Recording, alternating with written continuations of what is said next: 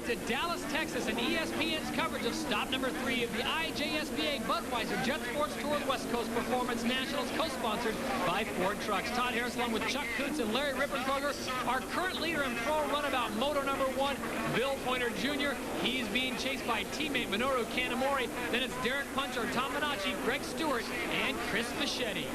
Seems like the tuners have really done their homework. All these boats are identically prepared. There is nobody gaining any kind of an advantage over anybody else.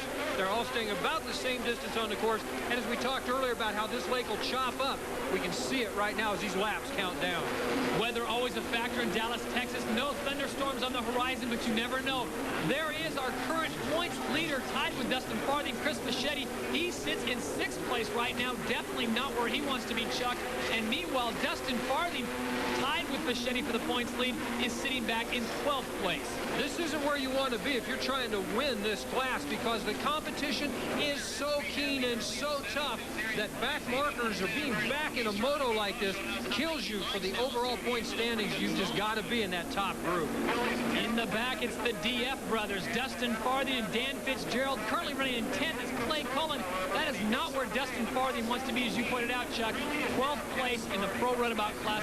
It can happen, but when you're trying to track down a title, especially this year, 12th place is not going to get it done. Well, if you're that far back in a moto, even if you win the next moto, you still end up in the middle of the pack in overall points. It's just not a help when you're trying to gain the title. And Dustin Farthing desperately wants to get into that battle with Minoru, Kanamori, and Bill Pointer Jr. out in front. He has definitely got a ways to go.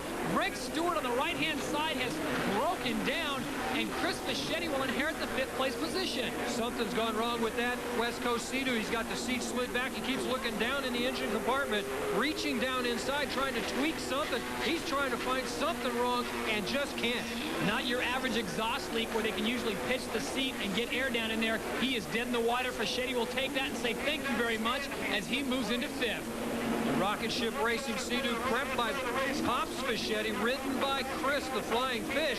This is a good move for him getting up into that 5th spot, as this will give him a boost up for moto number 2 if he can get a great finish in that one. Chris Fischetti counting the points. Meanwhile, in 4th place, Tom Bonacci.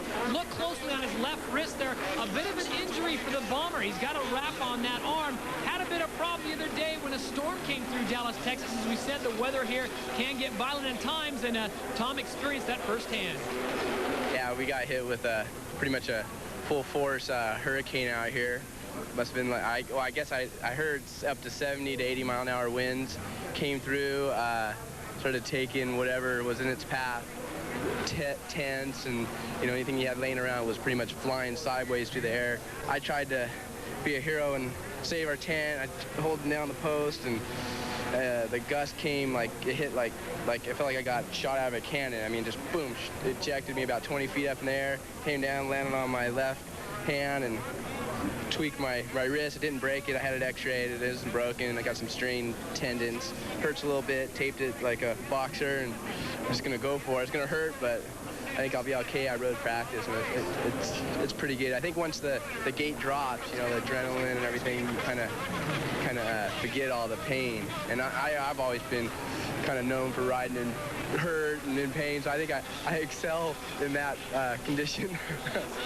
So while Tom Bonacci does his best, Dorothy and Toto imitation in Kansas, the race goes on, and for Tom, just a few extra Tylenol should get the job done for him. Meanwhile, the white flag is out, and our current leader, Bill Pointer Jr., looking very strong on that Team Kawasaki, Chuck. He got the whole shot, and he has not looked back. Well, this is what the Kawasaki team wanted to show, what these boats can do in clean water, and right there, you can see Pointer moving up and passing Dustin Farthing. That's lapping 12th place.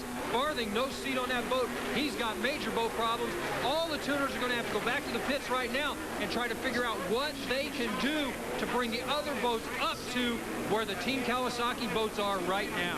And you bring in an interesting point there, Chuck. They've all set the stage for the next race, moto number 2, and the starting line, it's where it all started for Bill Pointer Jr. You're going to see a lot of jumpy trigger fingers out there in moto number 2. Well, the way they're going to line up on the line for moto number 2 is exactly the way they finished moto number 1, and that means Pointer has got the pole. Bill Pointer Jr. takes the win in moto number 1, pro runabout, followed by Minoru Kanamori. In 3rd place, it's Derek Punchard. 4th, Tom Bonacci. And in 5th, the Flying Fish, Chris Fischetti. But the first race goes to Bill Pointer Jr., Kawasaki, Team Kawasaki. When we come back, we'll have a talk.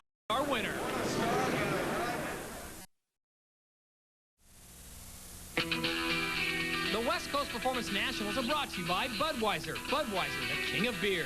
And be sure to visit bombereyewear.com. Live funner.